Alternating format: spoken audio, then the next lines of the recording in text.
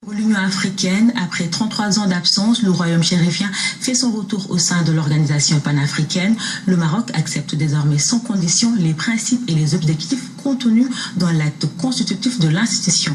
Amira Benjabala Jean-Pierre et Lys Elsie Akizimane. Le Maroc réintègre l'Union africaine. Les chefs d'État africains réunis au 28e sommet de l'Union africaine se sont prononcés en faveur de son retour ce lundi 30 janvier. Le royaume chérifien avait quitté l'OUA, l'Organisation de l'Unité africaine, en 1984 pour protester contre l'adhésion de la République arabe sahraoui démocratique avec qui il se dispute le territoire du Sahara occidental. Plus de 30 ans après, sans poser de conditions, le royaume chérifien a exposé sa volonté de reprendre sa place naturelle au sein de l'organisation panafricaine.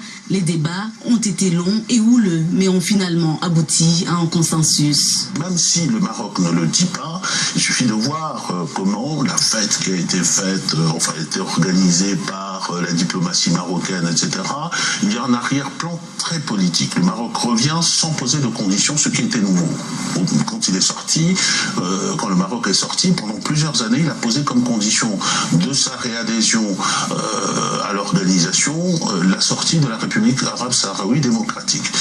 Aujourd'hui, elle ne pose plus cette condition-là, et plus encore, elle ne pose même pas de réserve à l'article 2 de la charte de l'Union africaine, qui pose comme un des principes majeurs de l'organisation le respect des frontières issues de la colonisation.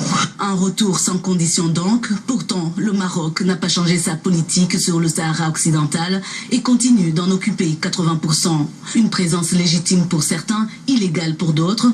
Des prises d'opposition qui ne facilitent pas l'intégration continentale, pourtant souhaitée par le fondateur de l'Union africaine. C'est au chef d'État d'être ferme sur la reconnaissance de la RASD. C'est à la RASD aussi de jouer le jeu et d'accepter de discuter. Mais là-dessus, c'est le Maroc qui était catégorique.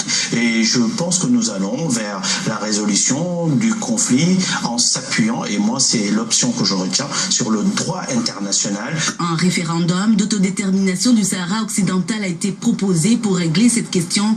Les différents protagonistes n'arrivant pas à s'entendre sur la composition des listes électorales. En attendant, le Maroc devient le 55e membre de l'Union africaine.